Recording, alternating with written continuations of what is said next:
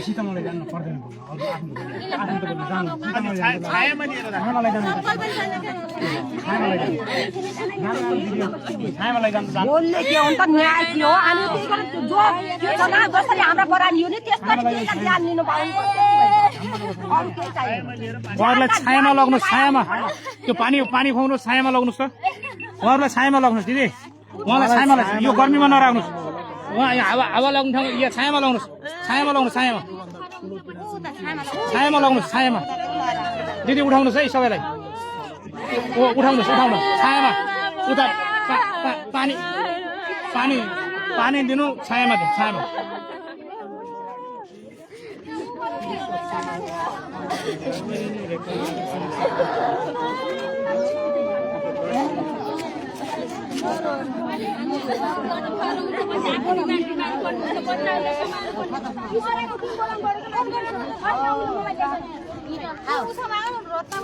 यसरी नरी हुँदैन यो चक्काजाम हुने भयो खुट्टाले अलि झुक्की जाँदाखेरि के हुने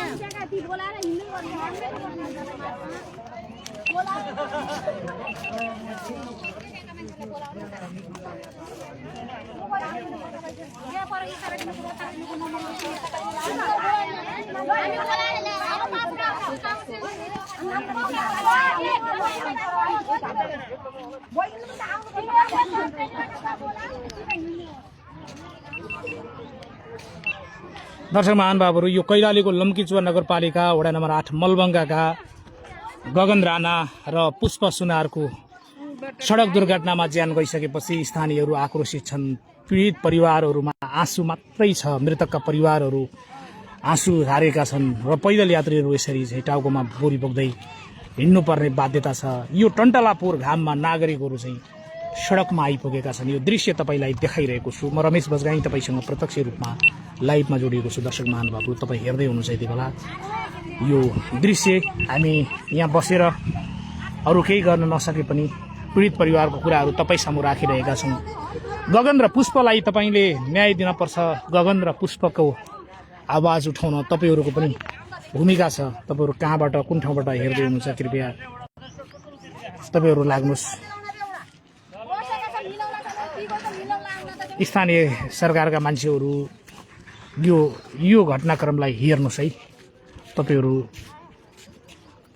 जुन आधारमा हामी तपाईलाई दृश्य देखाइरहेका छौँ उनीहरू आँसुमा बसिरहेका छन्। यहाँ पीडित परिवारहरू जो हुनुहुन्छ उहाँहरू सडकमा हुनुहुन्छ। यो हरेक बेला नागरिकहरू चाहिँ सडकमा आउनुपर्ने बाध्यता छ। अहिलेसम्म गगन र पुष्पले न्याय पाउन सकेका छैनन् भन्ने भनाइ छ र उहाँहरू लागिराख्नु भएको छ। यो दृश्य तपाईलाई देखाइरहेको छु। दर्शक महानुभावहरू, म रमेश बजगाई तपाईसँग कुराकानी गर्दैछु। यति बेला रमेश बजगाई फेसबुक पेज मार्फत तपाईहरू हेरिराख्नु भएको छ। हामी यो सडकमा छौँ। यो सडकमा बडो दुःखको खबर तपाईमाझ देखाइरहेका छौँ।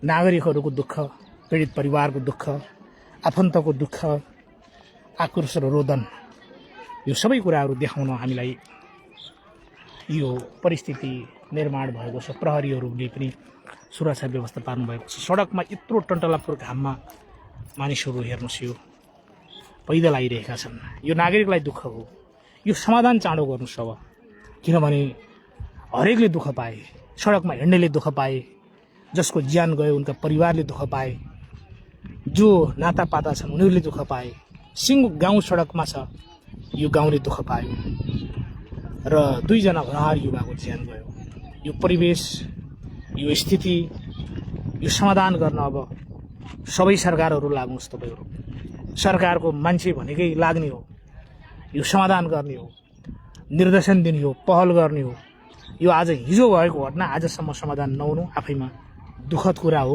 तपाईँहरू समाधानतिर लाग्नुहोस् यो सडकबाट हामी यही भन्न चाहन्छौँ यो आन्दोलन गर्नु रहर होइन बाध्यता हो भोलि यही सडकको धुपमा अर्को कुनै अप्रिय घटना नघटोस् यसतर्फ सम्बन्धित निकाय ध्यान दिन जरुरी छ आदरणीय दर्शक महानुभावहरू कैलाली क्षेत्र नम्बर 2 का आम नागरिकहरू यो दृश्य हामी तपाईलाई देखाइरहेका छौँ यहाँ स्कुलका विद्यार्थीहरू हेर्नुहोस् त यसरी हिँड्नुपर्ने बाध्यता छ उहाँहरू चाहिँ स्कुल बस वारपार गर्न सकेको छैन दुःख पाएको स्थिति चाहिँ देख्न सकिन्छ दर्शक महानुभावहरूका लागि हामी यो खबर देखायौँ हेर्दै हुनुहुन्छ तपाईहरू